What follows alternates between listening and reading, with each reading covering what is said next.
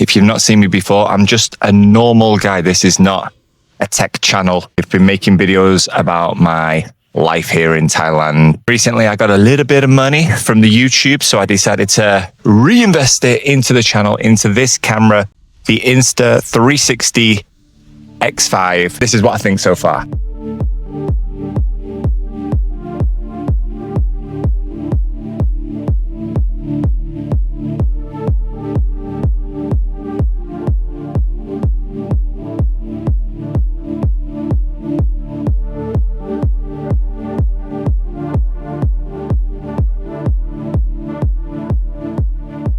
Now, if you are watching this and you're just a normal person like myself, previously I was just making videos with my iPhone. And I invested in this thing, which is a OSMO gimbal, which was pretty good.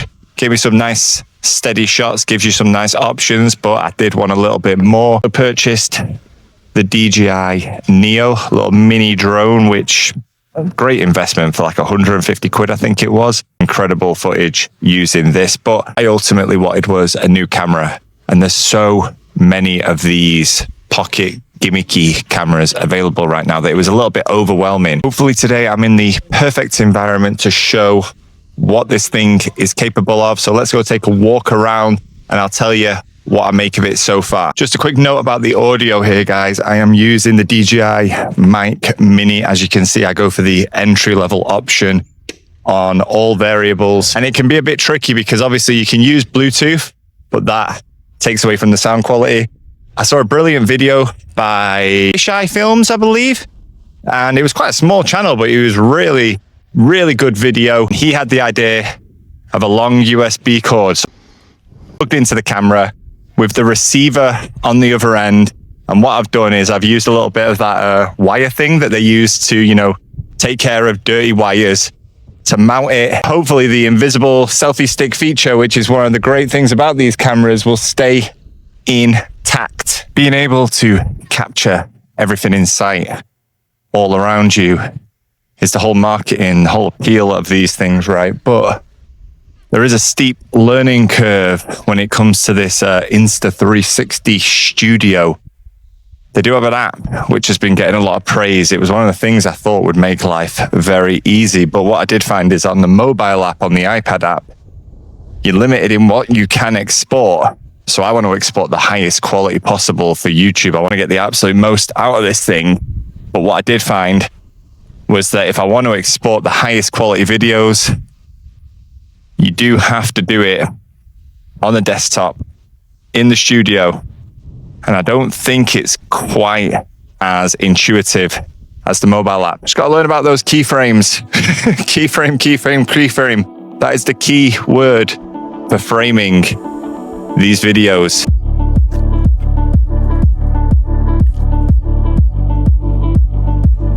Now, I'm not going to go too deep into the specs here, guys, because there are lots of other videos out there on that topic who know far more than me. But I'm going to tell you about one mistake that I made. Using this camera is part of a process. If we use our iPhones, if I use my iPhone, you've got the video, you can see the video there. Yeah, you can tweak it in an editor. You just want to put it straight on Instagram or Facebook or whatever, then it's there, it's good to go. Whereas this is just step one of the process. Me walking here now on this ominous feeling bridge. Should I cross this scary part? This is just step one of the process. You then need to go into the Insta360 Studio app, as I just mentioned. What I've learned is when you export those videos from the Insta360 app, if you then want to put it into a video editor to put it into a blog or a YouTube video, for example, every time you export that video, re-export that video, piece those videos together, make a blog, export that blog,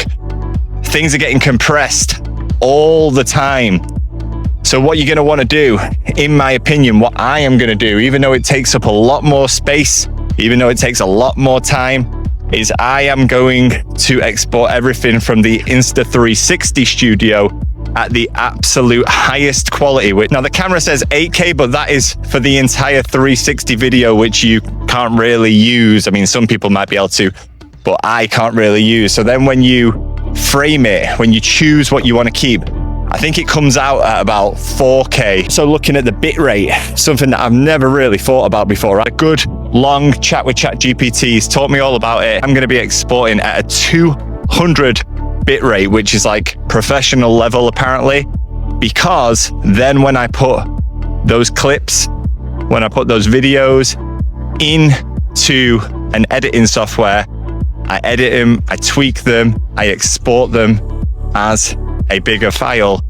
It's going to be a compressed again. So every time you compress them, you're going to be losing a little bit of quality. One more question I've been asking myself is these gimmicky shots like Tiny Planet and Fisheye. They do look cool when you first whip them out, but it's not the sort of thing you're going to overuse, in my opinion, especially if you want to make something a little bit more cinematic. I mean, if you were constantly making promotional materials for this camera, then that is something that you can focus on, because the ability to switch from a linear shot into something like that, it's very, very easy. It's very, very simple. This extended selfie stick also gives you the option to have some really interesting shots, and they do make a 3-meter one, which I'm thinking of investing in, the cheaper version from China. So if I can get that, you can come up with some really unique angles, some really unique footage. So the freedom that this camera gives you compared to a standard point and shoot camera is unbelievable. I think the biggest challenge I've experienced so far is that mindset shift from having all of your videos readily available to having to basically use the video files, the 360 files you've taken, to create brand new videos and choose the right shots. You do a lot of your main work in the Insta360 Studio app, and then because you've perfected the shots, because you've got the exact shots you want, when it comes to editing and putting them together, it actually is a lot easier and a lot simpler than it otherwise would be.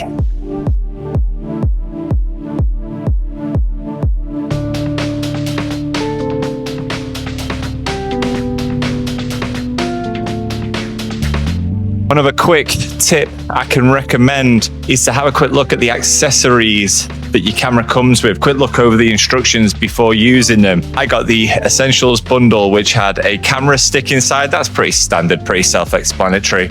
But it also had these standard lens guards.